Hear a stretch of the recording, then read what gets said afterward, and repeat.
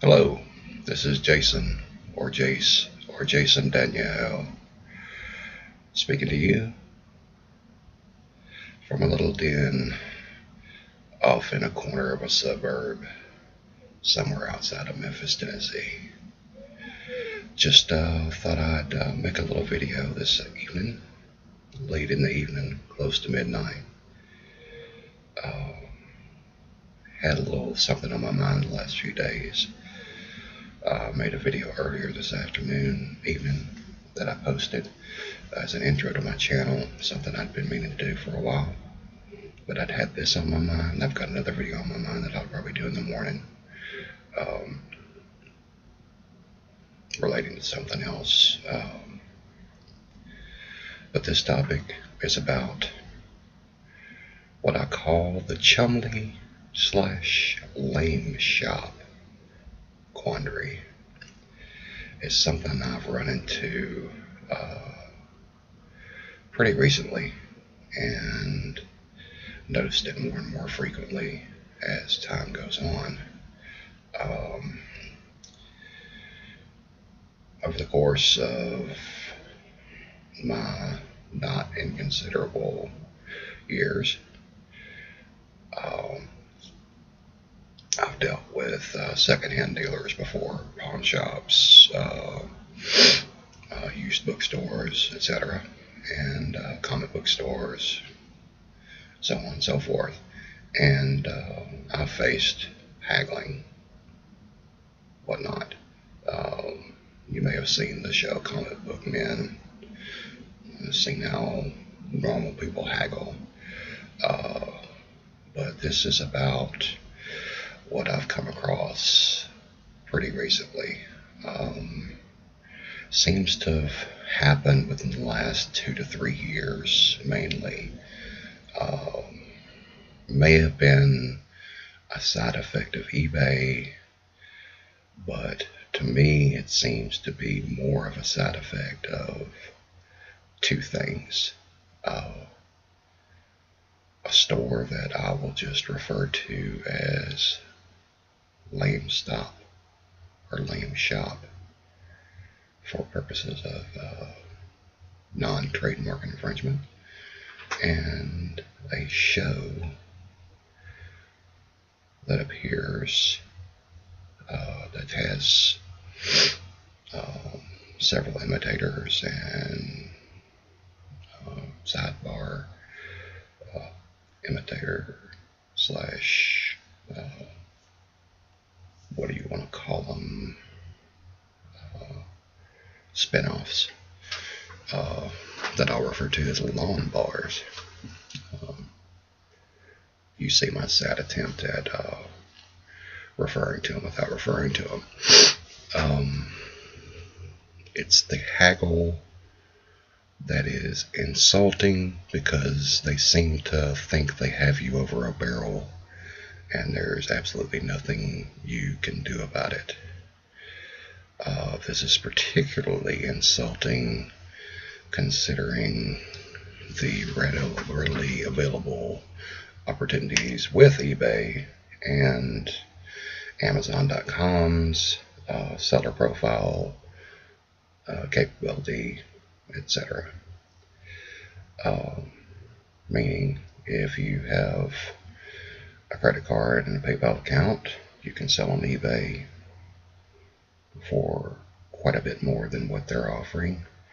If you have a credit card account and good standing checking account, you can sell on Amazon.com as long as you maintain a clean nose and clean record with Amazon. If you've ever sold a video game back to LameShop or its many compatriots imitators, you will understand what I'm referring to, or the modern trend that seems to be following the lawn bar model of business, as far as secondhand dealers are going to now, which is the entirely ignominious lowball offer with no wiggle room whatsoever. It's kind of like the Saturn model of car dealing, where you go in and they have a firm price for the car, and that's what you pay for the car, and that's the final offer, and you either pay what they want you to pay or you walk out with no car. And it worked really well for Saturn for about 10 years, and I don't know if any of you are familiar with GM's products, but like the Hummer gas guzzler cars that are no longer sold by GM, and the Pontiacs that are no longer sold by GM, Saturn dealerships are no longer sponsored or provided for by GM, because that business model failed with competition.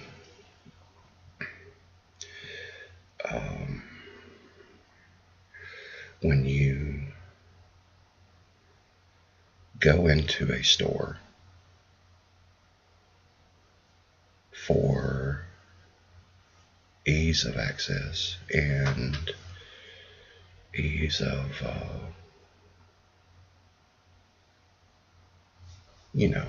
trying to patronize a local business, and they basically give you the most bald-faced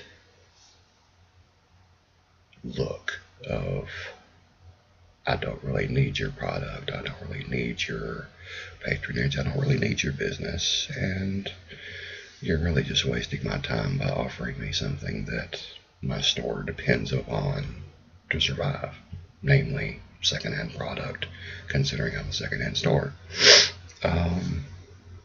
It really tends to chap or chafe, and it seems to be an unsustainable model.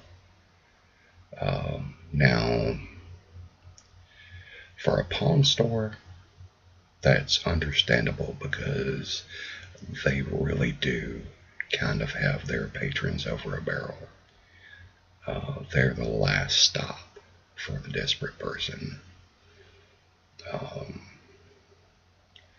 They buy wedding rings, they buy guitars, they buy whatever for a nominal price. They buy guns that gun dealers won't trade in because they're not really valuable to gun dealers. They buy guitars that guitar dealers don't really care for anymore. They buy tools that you can't sell on Craigslist or to working people. They give pawn loans that, they give a little bit greater fee for, because they expect the people to come back for them. And if not, they figure they'll make some money back on it.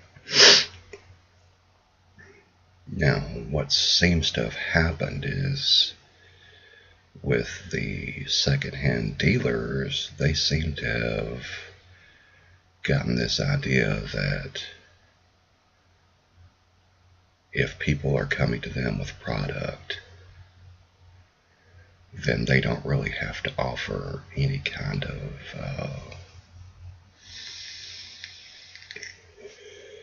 reasonable price in return for that product. That it's acceptable for them to make a 400% profit on an item. Namely, I'll buy it for 10 cents on the dollar and sell it for 45 to 50 cents on the dollar, meaning I'll make a 400% return on my investment. When I was selling comic books back, or used books, or used CDs, or what have you, Uh, the worst I ever looked at was a quarter value of cover price, and the most they ever expected to get back on their investment was double what they paid for, unless they were good hagglers and stumbled upon a collection at an estate sale or garage sale, yard sale, whatnot. That's a different story. But for somebody walking in off the street, yes, there's a little wiggle room, maybe 15 to 20% here and there. But these tactics where they hire people that don't really have any enthusiasm about the product they're selling or buying, don't really know anything about the product they're selling or buying, just have the intestinal fortitude to look people in the eye and straight up tell them that their price guide value is really only worth 10% of what it lists for in the retail book, because I have overhead and I have rent and I have utilities. Well, that's really not the seller or customer's fault. That's the person that runs the business's fault. When they buy merchandise new to sell, if they were running a retail business from a wholesaler, they could not make that same argument to a wholesaler that they had overhead and they had needed to make a 500% profit. In fact, I worked retail in several different businesses, in comic books, in video, in liquor, in grocery, and I can solely assure you that in most cases the market set the prices, and in a couple of those cases, liquor namely, the state set the prices, both wholesale and retail. And with comic books, at least for the new issues, the publisher set the prices, and that's the way it is for new books. It's only this ephemeral second-hand trade market that's come about, and LameShop, being the chief center in that market as far as video games, has taken that model of buying low, selling high, and running it to the ground. They built a multi-billion-dollar business on the backs of people that produced games that were intended to be bought by one customer and used by one customer, and then that was it. And turned around and turned it into a perpetual market, over and over, selling the games at a 400% markup on the back end, making thousands upon thousands of dollars per week on their used games per store. And they wonder why both of the big two have their new systems set up to where you have to play their games perpetually connected to the internet, just like PC games. And you only have one license for each of the new systems games per game, meaning if you try to resell it and you put it in a new system, it won't play. Meaning LameShop just discovered its own death knell. Now, the other secondhand stores, they're not getting the same effect. The ebooks are kind of doing away with the secondhand bookstores because the majority of people are buying their books online now. There's still the diehards like me that like physical copies of books to hold. I do buy some music online. I don't download, don't believe in it.